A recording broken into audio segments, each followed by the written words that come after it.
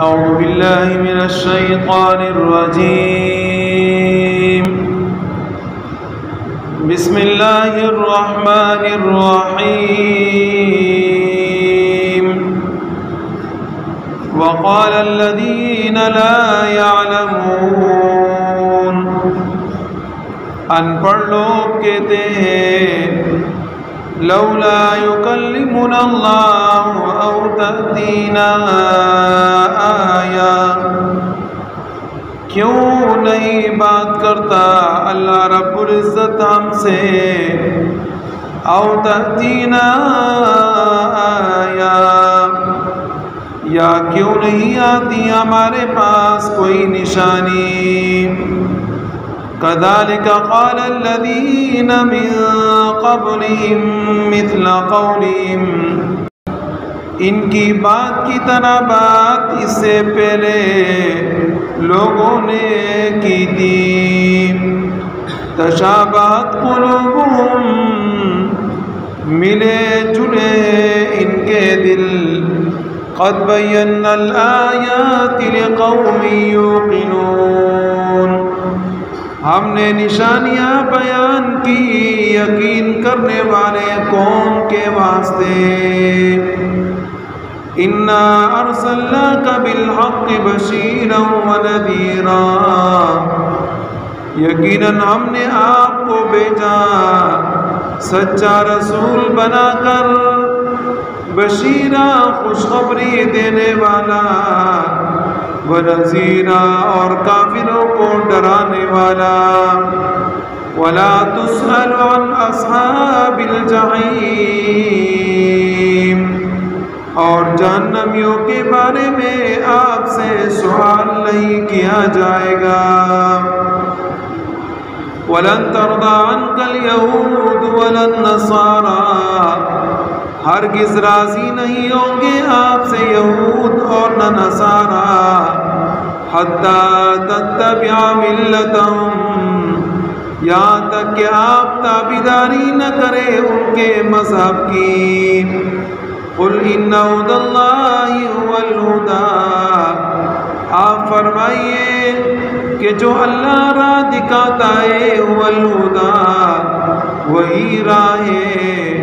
وَلَئِنِ اتَّبَعْتَ أَهْوَاءَهُمْ، اگر آپ تابعداری کریں گے ان کے خواہشات کی، بعد الذی جاءک من العلم، بعد اس کے کہ آئی آپ کے پاس علم، ما لک من اللہ من ولی ولا نصیر، نہیں ہے آپ کے لیے اللہ کے علاوہ کوئی حمایتی اور نہ مددگار۔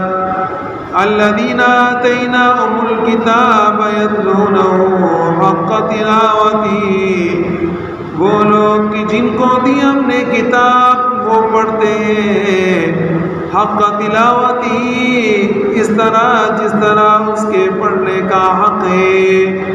اولئک یؤمنون بہ، وہی لوگ اس کتاب پر ایمان لانے والے ہیں۔ ومن یکفر بہ، اور جو انکار کرتا ہے اس کا، فاولئک ھم الخاسرون، بس وہی ہے نقصان اٹھانے والے۔ ایک تو یہود تھے، دوسرے نصارہ۔ یہود اور نصارہ کو اہل کتاب کہا جاتا ہے کہ یہ اہل کتاب ہے، یعنی کتاب پڑھنے والے۔ اللہ نے ان کو کتاب دی تورات اور انجیل۔ اور دوسرے قسم کے لوگ وہ مشرکین تھے جن کے متعلق اللہ رب العزت کا ارشاد ہے کہ یہ ان پڑھ ہے۔ تو ان پڑھ سے مراد مکہ کے مشرکین جو پڑھے ہوئے نہیں ہیں، جن کو اللہ نے اس سے پہلے کوئی کتاب نہیں دی، وہ ان پڑھ لوگ کہتے ہیں کہ پیغمبر علیہ الصلوۃ والسلام اگر اللہ رب العزت ہم سے کہہ دے کہ آپ اللہ کے نبی ہو، پھر ہم ایمان لائیں گے، ورنہ نہیں لائیں گے۔ اگر اللہ رب العزت کوئی نشانی بتا دے تو پھر ہم ایمان لائیں گے، ورنہ نہیں لائیں گے۔ اب یہ بات جو اس مکے کے ان پڑھ کہتے ہیں، اسی طرح کی باتیں اس سے پہلے لوگ بھی کیا کرتے تھے۔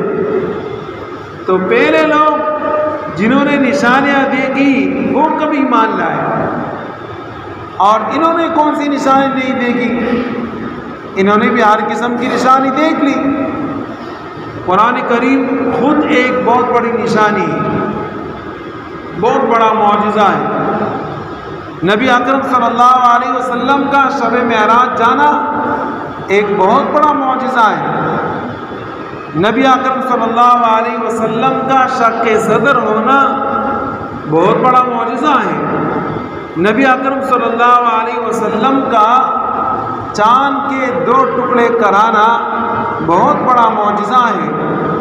اور پھر وہ معجزہ کہ نبی اکرم صلی اللہ علیہ وسلم تعداد میں کم، قوت میں کم، طاقت میں کم، افراد میں کم، اور پھر بھی بدر کے میدان میں اللہ رب العزت نے فرشتے بھیج کے نبی اکرم صلی اللہ علیہ وسلم کے ساتھیوں کا ساتھ دیا، اور کفار بڑے تعداد میں اسلحہ کے ساتھ، قوت کے ساتھ، افراد کے ساتھ اللہ نے ان کو شکست دے دی۔ یہ آنکھوں دیکھا حال۔ پھر وہ پیغمبر جس کی قتل کیا آپ نے کوششیں کی، آپ نے چھوڑا نہیں، ہر ایک تدبیر آپ نے کی، اسی پیغمبر نے آپ کو شکست دیا، اور ایسا شکست دیا کہ پھر اس طرح کا شکست آج تک کسی نے کسی کو نہیں دیا ہو، کہ وہ سارے کافر نبی اکرم صلی اللہ علیہ وسلم کے سامنے تسلیم ہو، یا تو ایمان لے کر آئے اور یا جزیہ اور ٹیکس دینے لگے۔ نبی علیہ السلام کو تسلیم کر گئے۔ یہ ایک بہت بڑا معجزہ ہے، لیکن کہتے ہیں جی نہ چاہے بانے ہزار، ایمان نہیں لانا باتیں بہت۔ تو اسی طرح باتیں اس سے پہلے لوگ بھی کیا کرتے تھے، اور پھر اللہ رب العزت نبی اکرم صلی اللہ علیہ وسلم کو تسلی دیتے ہیں کہ پیارے حبیب، ہم نے آپ کو سچا رسول بنا کر بھیجا ہے، ہم نے آپ کو ایسا سچا رسول بنایا ہے کہ جو آپ پر ایمان لاتا ہے اس کو جنت کی بشارت دو، اور جو ایمان نہیں لاتا اس کو ڈراؤ جہنم کے عذاب سے۔ باقی جو آپ ان کے پاس جاتے ہو، بارہا ان کو دعوت دیتے ہو، یہ پھر بھی ایمان نہیں لاتے، پریشان نہیں ہوتے۔ کیوں؟ ان جہنمیوں کے متعلق اللہ رب العزت آپ سے نہیں پوچھیں گے کہ یہ جہنم کیوں چلا گیا۔ آج لوگ کہتے ہیں کہ اگر کوئی آدمی جہنم جائے گا اللہ رب العزت مجھ سے پوچھیں گے، آپ سے کیوں پوچھیں گے؟ اللہ رب العزت پیغمبر سے نہیں پوچھتے کہ یہ جہنم کیوں جا رہا ہے، آپ سے کیوں پوچھیں گے کہ جہنم کیوں جا رہا ہے؟ اس لیے کہ آپ کا کام کیا ہے؟ اپنا دعوت دینا، تبلیغ کرنا، یہ آپ کا کام ہے، اور ہدایت دینا نہ دینا اللہ کا کام ہے۔ جب ہدایت ملے گی تو مسلمان ہوگا، جنت جائے گا۔ جب ہدایت نہیں ملے گی، آپ نے تو اپنا کام کر لیا، اب جناب وہ جہنم جائے گا، یہ اللہ رب العزت کی مرضی ہے۔ اور پھر اللہ رب العزت نے نبی اکرم صلی اللہ علیہ وسلم سے فرمایا پریشان مت ہوئیے، آپ جو ان کو بار بار دعوت دیتے ہیں تو یہ یہود، یہ نصارہ آپ کو ماننے کے لیے تیار نہیں ہے جب تک کہ آپ ان کے مذہب کو اختیار نہ کریں۔ اور ظاہر ہے کہ آپ کیسے مذہب اختیار کریں گے ان کا؟ آپ کو اللہ نے نبی بنایا ہے، رسول بنایا ہے، اور جو اللہ نے آپ کو سیدھی راہ بتائی، اصل راہ تو یہ ہے۔ یہ جس راستے پر یہ لوگ جاتے ہیں اور جا رہے ہیں، ان کا یہ راستہ کوئی صحیح راستہ نہیں ہے، اصل راستہ آپ کا راستہ ہے۔ ہاں، اگر آپ کی امتیوں میں سے کوئی امتی یہودیوں کا لبادہ اوڑھے، آپ کے امتیوں میں سے کوئی نصرانی کا لبادہ اوڑھے یا مشرکین کا لبادہ اوڑھے تو یاد رکھیے کہ اللہ رب العزت ایسے آدمی کی نہ حمایت کرتا ہے اور نہ اللہ رب العزت ایسے آدمی کی مدد کرتا ہے۔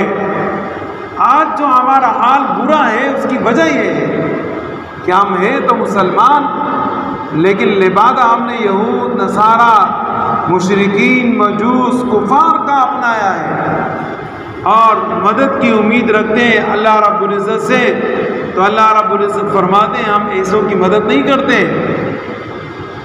جن کو اللہ نے کتاب دی وہ کتاب پڑھتے ہیں اور اس کتاب کو سچا جانتے ہیں، وہی کامیاب لوگ ہیں، اور جو اس کتاب کو سچا نہیں مانتے، اس کا انکار کرتے ہیں، وہ کافر ہیں، وہی نقصان اٹھانے والے ہیں۔ تو اب ہمیں ان لوگوں کے اندر شمار ہونا چاہیے کہ جو اللہ پر ایمان لائے، دین اسلام اختیار کرے، اس کے مطابق زندگی گزارے، اللہ کے محبوب بنے اور جنت چلے جائے، اس لیے کہ اللہ کی مرضی، اللہ کی رضا، اللہ کی خوشنودی وہ آپ کو جنت دینا ہے۔ تو جنت میں جانے کی انسان دعا کرے کہ اے اللہ تو ہم سے راضی ہو جا، اور جب اللہ راضی ہوگا تو جنت آپ خود بخود چلے جائیں گے۔